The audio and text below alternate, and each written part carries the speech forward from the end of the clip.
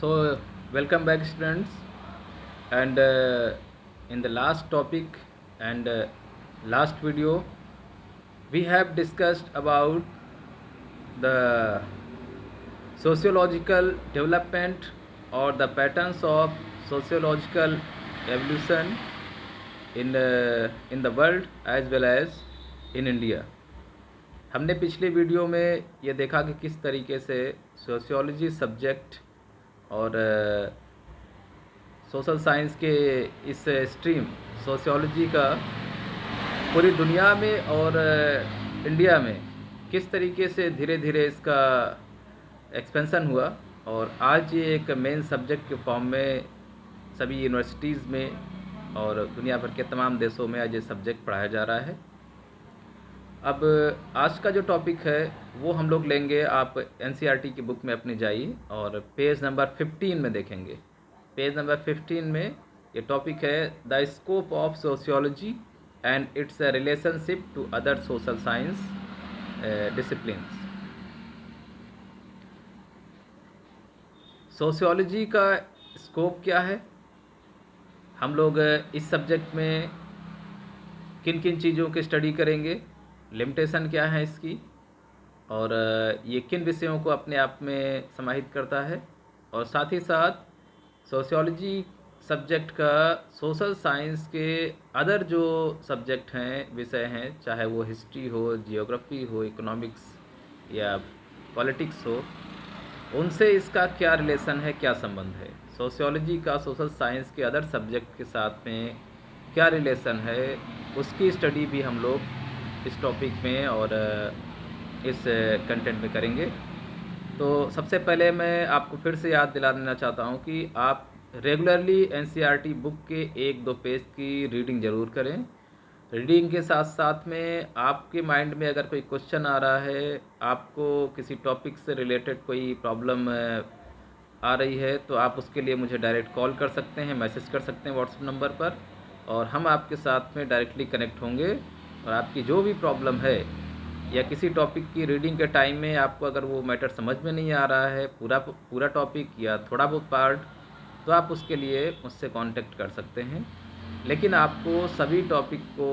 Book से reading ज़रूर करनी चाहिए और उससे अपनी अंडरस्टैंडिंग स्किल को बढ़ाना चाहिए।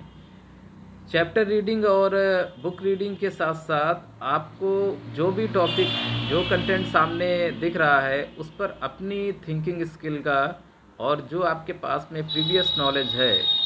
उसका इस्तेमाल भी करना चाहिए, और उसमें आगे की तरफ और भी अमूर्त चिंतन और मूर्त चिंतन का सहयोग लेना चाहिए। मतलब उस विषय पर वो जो कॉन्सेप्ट, जो मैटर आपके सामने बुक में लिखा हुआ है, एक्सप्लेन किया जा रहा है, उसको अपने नॉलेज के साथ में जोड़ करके आप उस पर अपने विचार बनाएं, और जितनी कल्पना, जितना इमेजिनेशन कर सकते हैं आप, अपने डाउट्स को जितना ज़्यादा उजागर करेंगे, आप सामने लाएंगे, वो डाउट्स ही आप आगे चल कर के देखेंगे कि नई प्रॉब्लम का फॉर्म लेंगे, और फिर उसके सॉल्यूशन के लिए अपनी उस नई क्यूरियोसिटी, नई ईगरनेस को सॉल्व करने के लिए जब बुक के साथ साथ टीचर का और बाकी चीज़ों की हेल्प लेंगे, प्रैक्टिकल्स का, सर्वे का, तो उससे आपका जो नॉलेज होगा वो पूरी तरीके से क्लियर होगा, और फिर वो कॉन्सेप्ट के साथ साथ में आपके डीप थिंकिंग में इन्वॉल्व हो जाएगा। तो आप ध्यान रखिए, बुक रीडिंग बहुत इम्पॉर्टेंट है, और इसके साथ साथ आप लगातार अपनी कल्पना शक्ति का इस्तेमाल करते रहें, नई नई समस्याओं को आप कल्पना करें और उनके सलूशन के लिए कोशिश करें। इसमें पेज नंबर 15 में लास्ट में देखिए, ये जो पैराग्राफ है इस पेज का, उसमें लिखा हुआ है sociology is one of A group of social sciences which also include anthropology, economics, political science, and history. The divisions among the various social sciences are not clear-cut and all share a certain range of common interest concepts. साफ साफ लिखा हुआ है कि sociology social science group के ही other subject की तरह है, और ये भी अदर सब्जेक्ट के से अलग ना होकर के उनसे डायरेक्टली इनडायरेक्टली जुड़ा हुआ है, और वो सभी सब्जेक्ट का कुछ ना कुछ कॉन्सेप्ट और पार्ट सोशियोलॉजी में भी आपको दिखेगा, और सोशियोलॉजी का बहुत सारा मैटर और बहुत से कॉन्सेप्ट आपको अदर सब्जेक्ट में एंथ्रोपोलॉजी, इकोनॉमिक्स और पॉलिटिकल साइंस में दिखेंगे। पेज नंबर 16 में आप जाएंगे तो उसमें देखिए कुछ पिक्चर्स बनी हुई हैं, और इन पिक्चर्स को आप देखिए तो ये फैशन मार्केट और क्लॉथ्स, इसके बाद में सोसाइटी कम्युनिटी में जिस तरीके का ट्रेंड चल रहा होता उससे जुड़े हुए ये कुछ एक तरीके से आप कहेंगे एडवर्टाइजमेंट या पिक्चर्स हैं, और इनको देख करके आपको इमेजिन करना है। आप किसी भी एक टॉपिक को ले लीजिए और उसके आप जितने भी सोशल साइंसेस के सब्जेक्ट हैं उसके अकॉर्डिंग उसकी स्टडी या किसी भी पैटर्न को आप जब इमेजिन करने की और उसको एक्सप्लेन करने की कोशिश करेंगे तो ऑटोमेटिकली आपके माइंड में उस टॉपिक से जुड़े हुए सभी एस्पेक्ट निकल करके आएंगे। मान लीजिए आप फैशन को लेते हैं, तो फैशन के ट्रेंड में जो भी क्लॉथ मटेरियल, ऑर्नामेंट्स और जो चीज़ें गुड्स इस्तेमाल की जाती हैं, अब आप उनका इकोनॉमिकली इवैल्यूएशन और उन पर आप अपना जो व्यू है वो जब प्रेजेंट करेंगे तो आप देखेंगे इन गुड्स के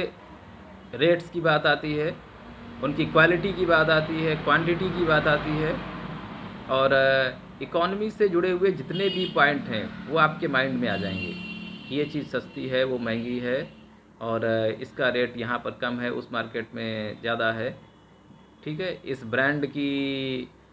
जो गुड्स हैं उनकी क्वालिटी अच्छी है, अदर ब्रांड की ख़राब हो सकती है। ये सारी चीज़ें जो इकोनॉमिक बेसिस पर हैं वो आपके माइंड में ऑटोमेटिकली आ जाएंगी। अब जब आप फैशन के ही हिस्टोरिकल एस्पेक्ट पर जाएंगे तो ऑटोमेटिकली आपको एंशियंट टाइम से लेकर के आज मॉडर्न टाइम पीरियड में, चाहे वो क्लॉथ मटेरियल हो या कोई दूसरी वस्तु हो जो फैशन के लिए इस्तेमाल होती है, उसमें आपको कंटिन्यूअस चेंज माइंड में एक सीरीज़ बन जाएगी। आपके माइंड में महाभारत रामायण के वो दौर में पहुंच जाएंगे कि उस समय लोग हेयर स्टाइल कैसे रखते थे। फिर आप आगे आएंगे हेयर स्टाइल और क्लॉथ्स में जो चेंजमेंट हुआ मिडिवल इंडिया में या मिडिवल वर्ल्ड में, जब ये मुग़ल एम्परर्स का दौर था तो उस समय जो लोगों की हेयर स्टाइल थी, क्लॉथ मटेरियल था, वो किस फॉर्म में किस फेज़ में आ गया, कैसे चेंज हुआ, तो वो आपको ऑब्वियसली दिखाएगा कि समय के साथ साथ इन चीज़ों में चेंजमेंट आया है। बहुत सारी चीज़ें न्यूली डिस्कवर्ड हो जाती हैं तो फिर लोग पुरानी चीज़ों को छोड़ करके नई चीज़ें अडॉप्ट कर लेते हैं, पुराना पैटर्न छोड़ देते हैं। फिर आप मॉडर्न टाइम पीरियड में आएंगे तो देखा होगा कि ब्रिटिश इंडिया में किस तरीके से फिर से हेयर स्टाइल, क्लॉथ मटेरियल में चेंजमेंट आया। इंडिया का जो ओल्ड ट्रेडिशन था, धोती कुर्ता या जो भी इस तरीके के कपड़े पहने जाते थे ओल्ड पैटर्न वाले इंडियन, जो खास करके ड्रेस मटेरियल है, ड्रेस कोड है, उसमें फिर जो British coat pant tie belt shoes और ये जो मॉडर्न हेयर स्टाइल है इसका थोड़ा सा इफेक्ट पड़ा, और इंडियन लोगों ने भी अपने आप को उसके अकॉर्डिंग चेंज किया। तो ये सारी चीज़ें आपको दिखेंगी कि किस तरीके से फैशन में ही हिस्टोरिकल एस्पेक्ट भी इंक्लूड है और फैशन की भी अपनी एक हिस्ट्री है। ठीक ऐसे ही आप पॉलिटिकल वे में जब पॉलिटिक्स के हिसाब से, पॉलिटिकल साइंस के एस्पेक्ट से फैशन को देखेंगे तो फिर आपको दिखेगा कि एंशियंट टाइम से लेकर अभी तक पॉलिटिक्स में भी टाइम के साथ साथ में एक ट्रेंड होता है। जैसे आपने देखा होगा जो राजनेता होते हैं आखिर वो खादी धोती कुर्ता या खादी पजामा कुर्ता क्यों पहनते हैं, गांधी कैप क्यों लगाते हैं, खादी कुर्ते का और पजामे का प्रचलन इतना ज़्यादा नेताओं के बीच में क्यों है, ये उनका एक पॉलिटिकल सिंबल क्यों बन गया है। तो इन चीज़ों पर जाएंगे तो आप देखेंगे कि लोग पॉलिटिकली भी अपने आप को लोगों के सामने रिप्रेजेंट करने के लिए, आखिर वो नेता हैं तो उनका एक ड्रेस कोड होगा जो पब्लिक को अपनी तरफ अट्रैक्ट करेगा। ठीक ऐसे ही आप ऑफिसर्स को देखें तो ऑफिसर्स भी पॉलिटिकली अफेक्टेड होते हैं। उनको पता है कि अगर पब्लिक के बीच में रहना है और आपको एज ए ऑफिसर अपने आप को रिप्रेजेंट करना है तो आपका ड्रेस कोड और आपका जितना भी हेयर स्टाइल है, बॉडी लैंग्वेज है, वो एज ए ऑफिसर दिखना चाहिए। तो ये भी एक पॉलिटिक्स है। अदरवाइज़ की कंडीशन में मान लीजिए आप घरेलू कपड़े पहन करके और एक सिंपल वे में बहुत ही कॉमन एक होम हाउस होल्डर की तरह आप अगर पब्लिक के सामने जाएंगे और बोलेंगे कि मैं फला डिस्ट्रिक्ट का डीएम हूँ, एसडीएम हूँ, तो शायद आपकी वैल्यू उतनी ना हो। लेकिन जब आप प्रॉपर यूनिफॉर्म में, प्रॉपर अपने बख्तरबंद गाड़ियों के साथ में सिक्योरिटी के साथ जाते हैं, तो उसका इम्पैक्ट और